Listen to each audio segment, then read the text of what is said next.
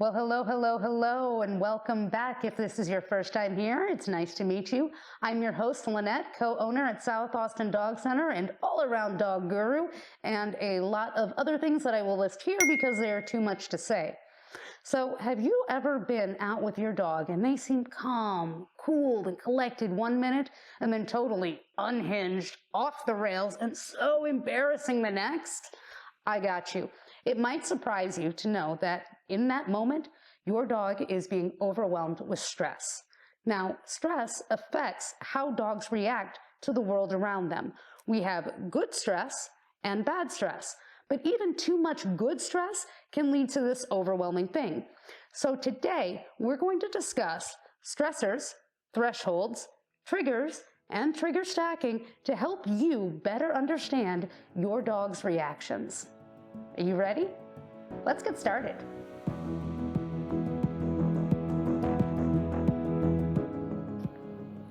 So what exactly is a stressor? Well, the definition is a stressor is anything which contributes to the stress in a being's life. Helpful word salad. But you know what, at this point you might be going, what does my dog even have to be stressed about? They don't go to work. They don't pay the bills. They don't provide for the family. They're sure not paying taxes. Heck, they don't even have to hunt because I'm providing everything for them. They get to live rent-free and sleep around all day while I'm doing everything, and all I ask in return is maybe a little bit of a cuddle. But you know what? That cuddle is a stressor. So we have two types of stress. There's eustress, which is associated with all the positive feelings, love, happiness, joy, excitement. It's a type of stress your dog feels when they're doing a training session with you or when you're playing ball, even when they're out on a walk.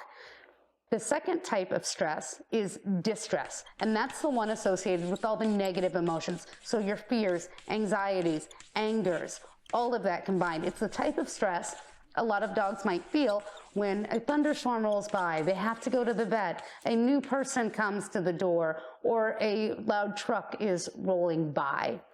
Now, it might surprise you to know that too much of a good thing is not necessarily a good thing.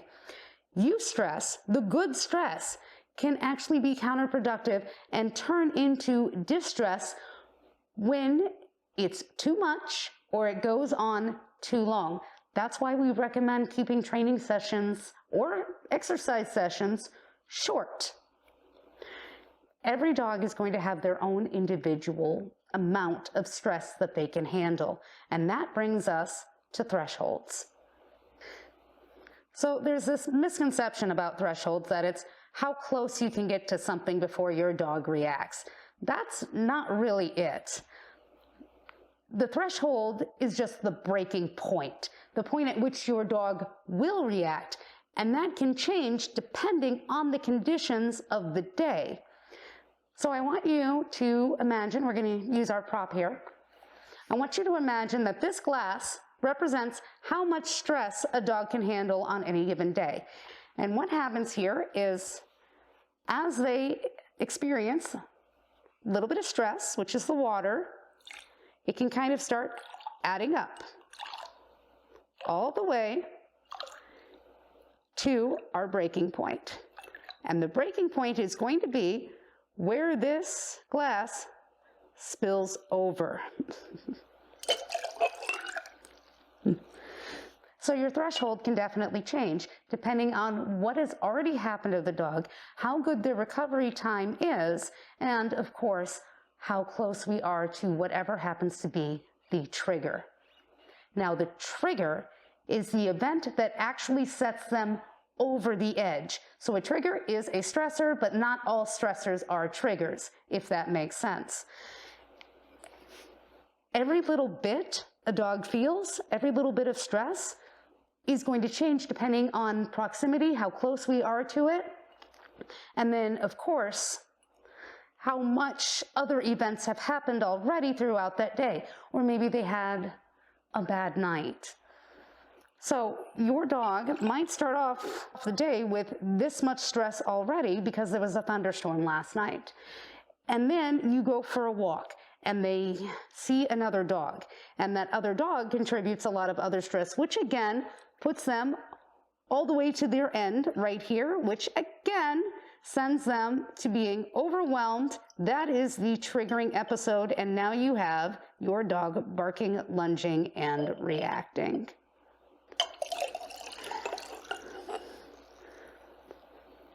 So, every trigger is a stressor, but not all stressors are triggers.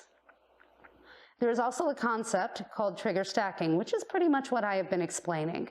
So say that your dog had a great night, we've already started off well, and now we're coming in with our empty glass and we're going for our walk.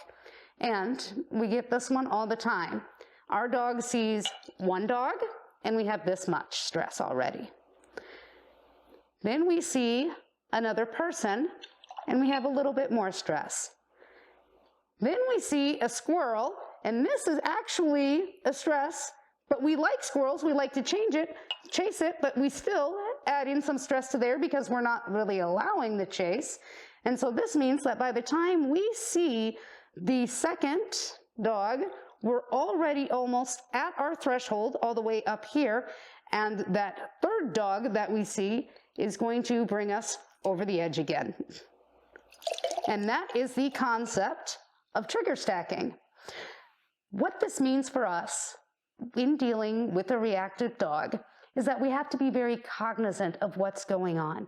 Our dogs will tell us when we learn how to read their body language, when we know what sort of things excite them, we can actually help them learn to manage and cope better with all of these different types by keeping things, oh my goodness, now my hands are all wet, by keeping these sessions shorter, or maybe even skipping them when we know that we've already had it.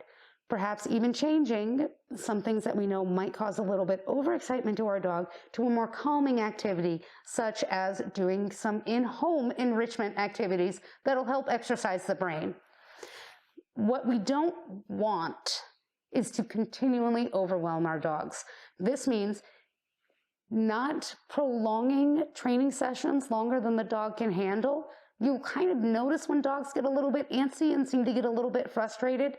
Say that you're teaching them a stay, and you're starting off at 10 seconds, and the dog gets up, and you're telling them to sit down again, and the dog gets up after 10 seconds. Not even 10 seconds, so they're just sitting there staring at you going, what's going on for these 10 seconds? What's happening here is that your dog is going, well, I'm sitting and I'm doing the thing and you're not reinforcing me. And so the dog starts getting more and more frustrated. And this is how that good eustress, because the dog was happy to work with you, can turn into that distress. We help them out by kind of springing our time a little bit and making sure that we're not throwing them over their thresholds. We want to work our dogs either right at or right below that threshold when we're trying to push it forward. But that doesn't mean that we constantly want to work right there, if that makes sense. So it's all going to depend. I can't give you any set answers to say, this is exactly what's going to work with your dog. This is, in my opinion, this is actually the fun part about working with behavior modification, is figuring out what works best for that dog, learning how to read the individual dogs, and knowing when it's like, okay, you know what, we've done too much, maybe we need to change something out. What I can tell you is that for dogs who get rather easily frustrated or bored with a single activity, your best thing to do is to rotate your activities pretty frequently.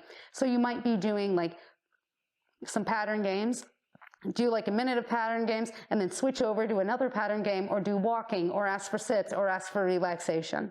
We can help our dogs learn how to cope better.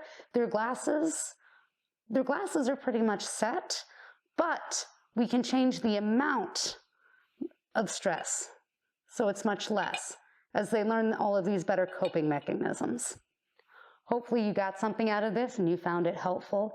If you did, of course, like, subscribe, comment, share. That stuff really helps the channel grow. And we will see you next time. Bye.